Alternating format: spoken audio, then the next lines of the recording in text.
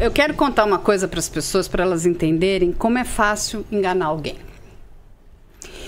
Eu vou contar para vocês aqui. Vocês são jovens, talvez vocês lembrem. A faixa etária dos 30, o Rafael tem 40.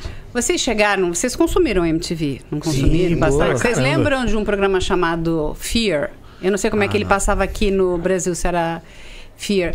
Mas era um programa onde 7 pessoas, elas teriam que desbravar um lugar aparentemente que estava, né, com alguma possessão ou tinha algo sobrenatural. E quando eu digo isso, então, a gente gravou em penitenciárias desativadas nos Estados Unidos. Vocês chegaram a ver esse programa? Não, mas aí não. Esse programa teve 2 temporadas. E eu vou contar para vocês porque eu participei do piloto. Eu trabalhava nos Estados Unidos nessa época, trabalhava na Viacom, na MTV. E era um grande, sei lá, era um grande projeto. Realmente, a ideia era fantástica. E eram os games, os reality shows de games estavam começando. Sim. Então, assim, tinha já, a MTV produzia o Real World, o Road Rules. Vocês devem ter visto várias temporadas. Lembra que tinha uma casa? Muito antes de ter o Big Brother, a gente já tinha o Real World. O primeiro que eu lembro é o caso dos artistas desses shows. Mas na verdade, No Limite. Mas eles vieram... A MTV já fazia isso há muito tempo. E depois o Road Rules, que eram equipes que eles tinham tasks aí para fazer várias coisas, né? Podiam ser em volta do mundo. Mas o Fear, o que era o Fear? O Fear era um produto também da MTV que consistia no seguinte: 7 pessoas vão passar 2 noites num lugar supostamente mal assombrado.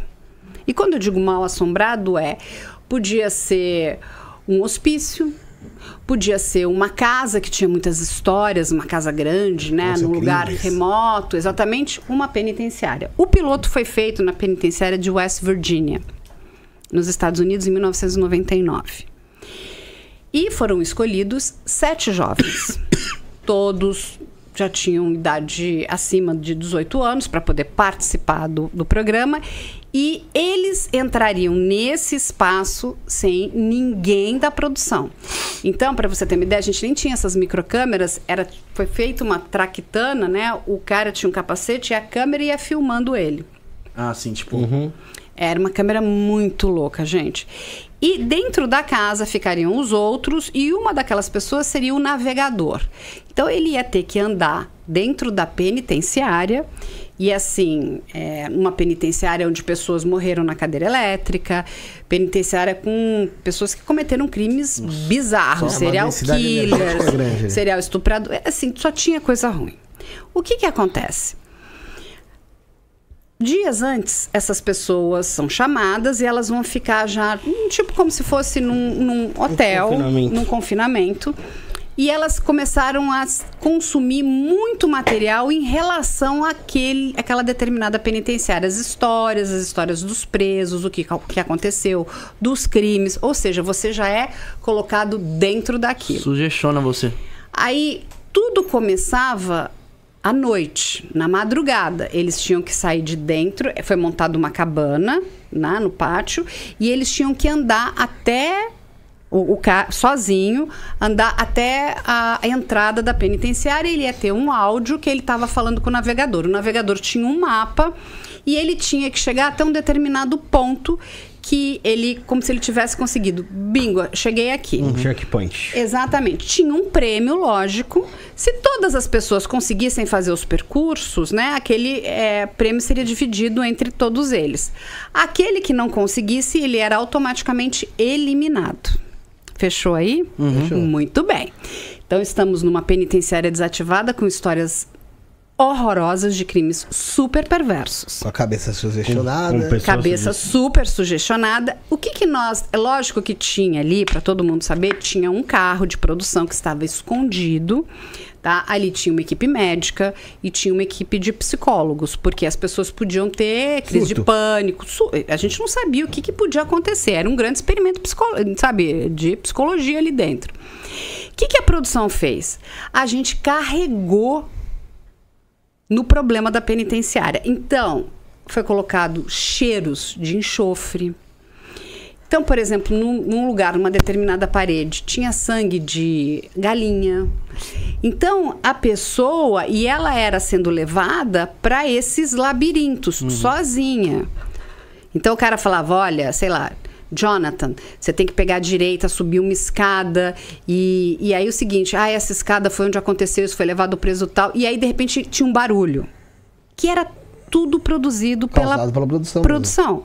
Os barulhos eram da produção, o cheiro foi criado pela produção, as imagens que ele estava vendo, inclusive, né, foram colocadas, também eram criadas pela produção. A pessoa acreditava, ele fala, eu tô vendo fantasma, eu tô vendo um cheiro, esse cheiro é horrível, tem um barulho, alguém vai me pegar. Esse rapaz, eu lembro que ele era um rapaz negro, ele se urinou inteiro.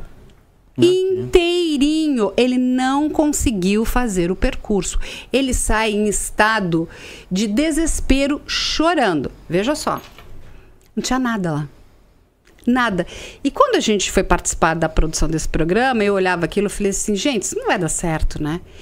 Você não pode imaginar como o seu cérebro, ele é sugestionado. Então, dependendo de como eu vou te contar a história, eu vou te levar para um caminho muito ruim. Entende o que eu estou querendo dizer? Sim. Então, ali não tinha nada. Estava de noite, ele viu um monte de material relacionado àquela penitenciária, ele foi colocado à prova. O piloto foi um sucesso, né? Porque realmente aquilo que era o nome nos Estados Unidos chamava Fear, que era medo. A gente teve 2 temporadas e aí foram fazendo em outros locais. Mas as pessoas ficam apavoradas. E não tem nada lá, gente. Não tinha espírito, não tinha assombração, não tinha nada. O cheiro era a produção que colocava enxofre, as imagens, umas coisas, uns borrocados que a gente começou a, né, criar um negócio. Era tudo feito pela produção. Os barulhos eram feitos pela produção. Você entende? Mas a pessoa achava que um daqueles criminosos estava se materializando, ia pegá-lo, e ele ia ser morto, e ele sabia... e a pessoa, ela paralisa. É o desespero, é o medo às vezes traz isso. Você trava. Mas é a arte da enganação. Se a gente é tipo o piripaque do Chaves. Não, se a gente via muito nos anos 90, nos anos 2000, as noites de terror do Play Center, e tinha gente que se cagava de medo. Na Monca, lembra? Né? A própria Monca, né? Eu tava aqui nesse rapaz. A mulher macaca, né? Mulher macaca. Ela se transformava numa macaca, uma gorila, não era? Era. Imagina um negócio desse que é produzido, pô. Não, e era muito bem produzido, tá? Porque não é que era grotesco, era aquele barulho que vinha, sabe assim? Então tinha umas grades, fazia...